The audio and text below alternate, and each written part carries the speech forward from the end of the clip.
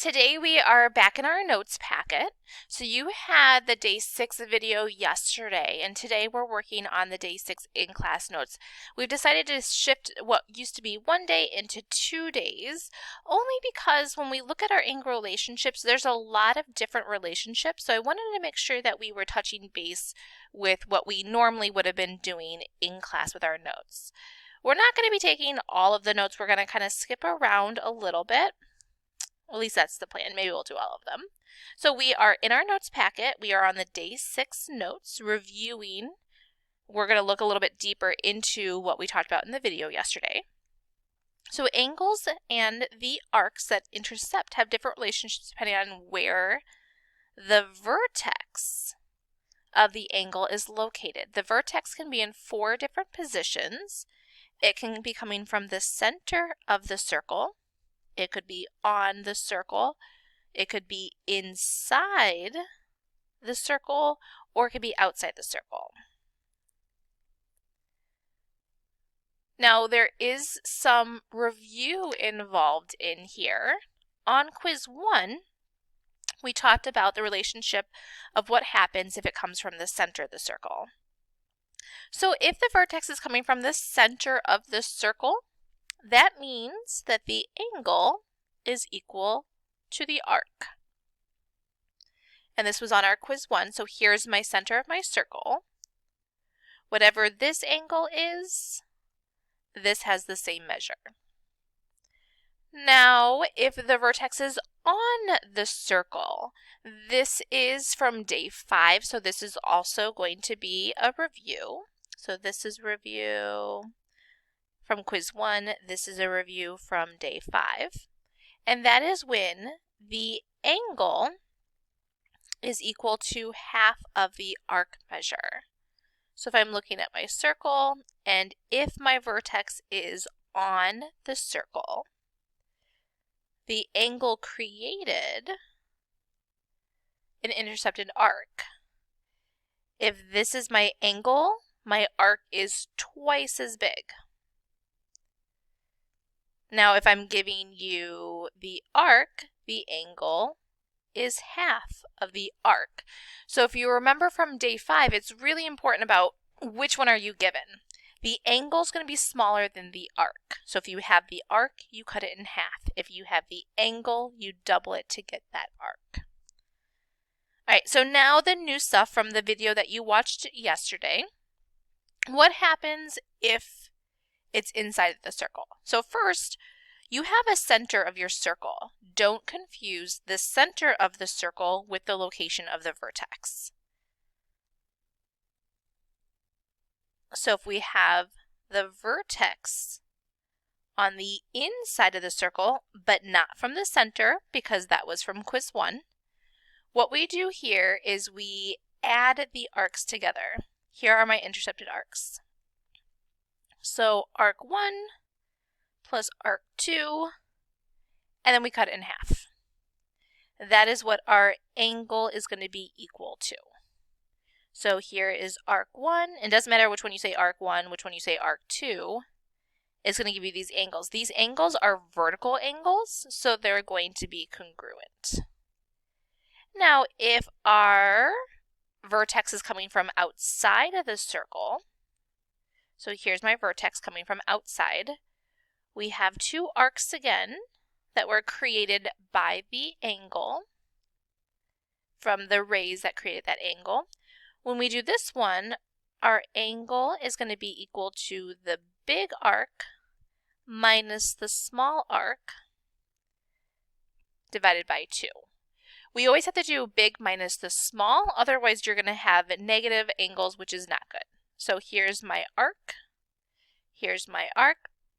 and we're looking at that angle right there. So as we look through each of your problems, the first thing that you want to do is say, where is the vertex? So if I'm looking here, the vertex is inside of the circle. When I've located the vertex, that's going to lead me to which of these 4 pieces I'm going to use. So we see that inside is going to be adding the arcs and divided by 2. Here's the angle. So here's my arc. Here's my arc. Here's the angles associated with those arcs. So arc plus arc divided by 2. 176 divided by 2. And we find that our angle on the inside is going to be 88.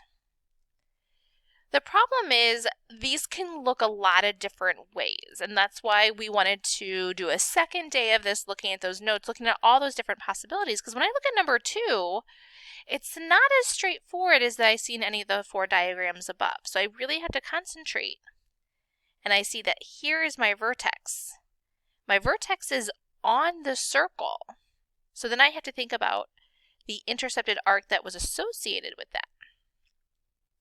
So here's my arc, and I know that the angle from the arc is on the circle, which means it's related to the arc over here. So the angle is going to be half the arc. Since I have the angle, I'm going to multiply it by 2, which is going to give me 230 degrees. Now, that's not exactly what I was looking for, though. I wanted this part of the arc over here. So I've got a little bit of work I've got to do. The whole circle is 360, so I do 360 minus 230, and that leaves me, with 130. So my missing angle here is 130 degrees. Now if we move on to number 3, again we're first looking at the vertex. I see here that the vertex is outside of the circle. So when we have something outside the circle, I'm looking at the intercepted arcs. That is going to be the big arc minus the small arc, cut in half, 73 divided by 2, and we get 36.5 degrees. Yes, we can have decimals, it's okay, but you can see really how we have to concentrate on where are those vertex related. And then we flip over to the back side. We've got a couple different things going on here. Important thing to note is that this is congruent to this. And if we think back to, I think it was day 1, when the chords are congruent, that means that the arcs are congruent. So if this is 128, then this is 128. What that helps us with is finding this missing arc right here, because I'm trying to find this angle measure. The vertex is on the circle, which means the angle is going to be half of that arc. The whole circle is 360, so we do 360 minus 128 minus 128. And when I do 360 minus 128, I'm left with 104. So this arc is 104. If I want to find the angle, I'm going to take half of the arc, which leaves me with 52 degrees. So that angle on the inside there is going to be 52 degrees. All comes down to where is the vertex. When we get to number 5, the vertex isn't hard to locate. I see that the vertex is going to be inside of the circle, but this time my setup's going to be a little bit wonky. So if this is my angle, here are my arcs associated with that angle, and we know that it is arc plus arc divided by 2 is the angle. Well, this time I don't know one of my arcs, so it's x plus 109 divided by 2 is 93. So far, all the other setups, it was set equal to x, and now x is part of the equation. To solve here, we multiply both sides by 2 because that cancels that out, leaving us with x plus 109 is equal to 186.93 times 2. Move our 109 over, and we find that x is going to be 77 degrees. We're going to see that very similar aspect play out in number 6. Here my vertex is outside of the circle, so as we set it up, it is big arc minus small arc divided by 2 is the angle measure.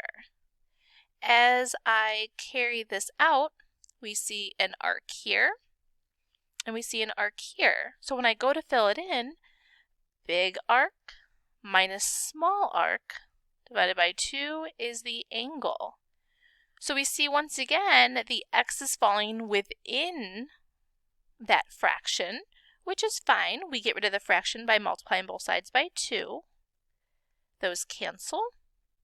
225 minus x is equal to 176. We move the 225 over. Negative x is equal to a negative 49, but we cancel out those negatives, and we find that our missing arc measure is 49 degrees. All right, so we've played around with that a little bit. You have 6 remaining questions on your notes.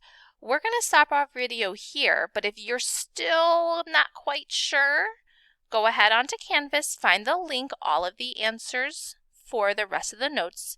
You can look at the answer key on Canvas there to help you.